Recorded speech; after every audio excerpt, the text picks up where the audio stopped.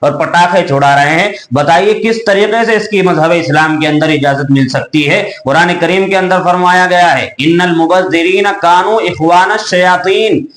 کہ یہ فضول خرچی کرنے والے شیطان کے بھائی ہیں۔ دوسرے کا ہم سبھی سمان کریں گے،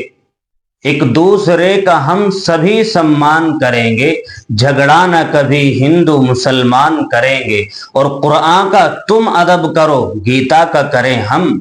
قرآن کا تم ادب کرو گیتا کا کریں ہم، مشکل ہم ایک دوجے کی آسان کریں گے۔ ناظرین کرام، یہ شعر ایک طرف ہے اور برادران وطن کے ساتھ محبت بھی ایک طرف ہے، ان کے ساتھ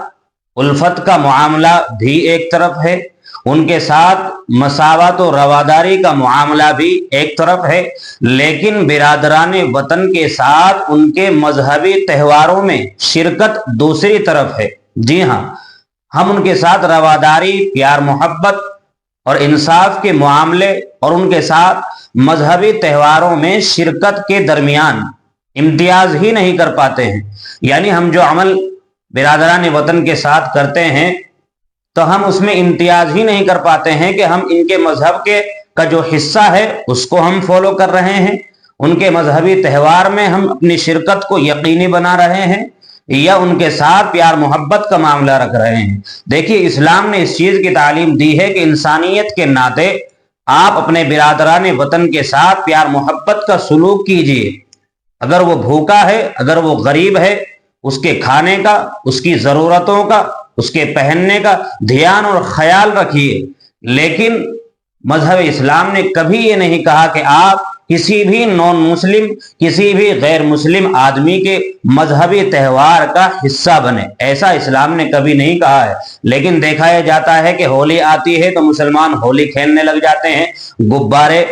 پھلا پھلا کر کے وہ اڑاتے ہیں، پانی بھر کے وہ مارتے ہیں۔ دیوالی آتی ہے تو پٹاخے چھڑائے جاتے ہیں اور ان کے ساتھ باقاعدگی سے شرکت کی جاتی ہے اور اس چیز کو اچھا سمجھا جاتا ہے۔ دیکھیے، دارالعلوم دیوبند کے فتوے کے مطابق اگر کوئی آدمی مبارکباد بھی دیتا ہے، شرکت کرنے کی دور کی بات ہے، لیکن اگر کوئی آدمی مبارکباد بھی دیتا ہے کہ آپ کو دیوالی مبارک ہو، آپ کو ہولی مبارک ہو، ہیپی دیوالی، ہیپی ہولی، اس طریقے سے اگر کوئی مبارکباد بھی دیتا ہے تو اس کے لیے وہ بھی حرام اور ناجائز ہے،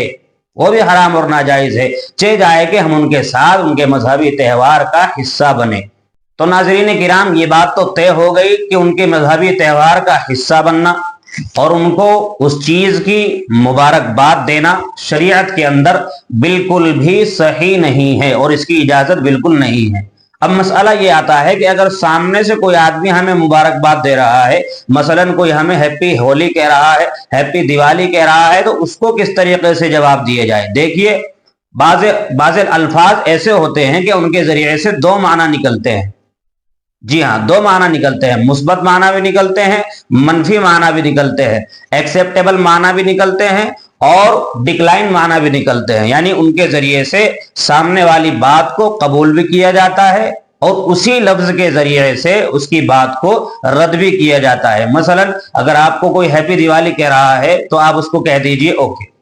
کیا کہہ دیجئے؟ آپ اس کو اوکے کہہ دیں گے تو اس میں اس چیز کا بھی احتمال رہے گا کہ آپ نے اس کو اوائڈ کرنے کے لیے اوکے کہا ہے، آپ نے اس کو رد کرنے کے لیے اوکے کہا ہے، تو آپ نے اس کا جواب بھی دے دیا، اس کی دل شکنی بھی نہیں ہوئی اور برادران وطن سے مساوات اور رواداری کا فریضہ بھی انجام دے دیا اور شریعت کی نظر میں آپ مجرم بھی نہیں بنے۔ تو اس طریقے سے جواب دیا جا سکتا ہے۔ بہرحال اس طریقے کے مواقع سے اور اس طریقے کے حالات سے بچنے کی حتی الامکان بچنے کی کوشش کرنی چاہیے تاکہ اس طریقے کی چیزیں ہمیں کرنے کی ضرورت ہی محسوس نہ ہو۔ لیکن دیکھا یہ جا رہا ہے کہ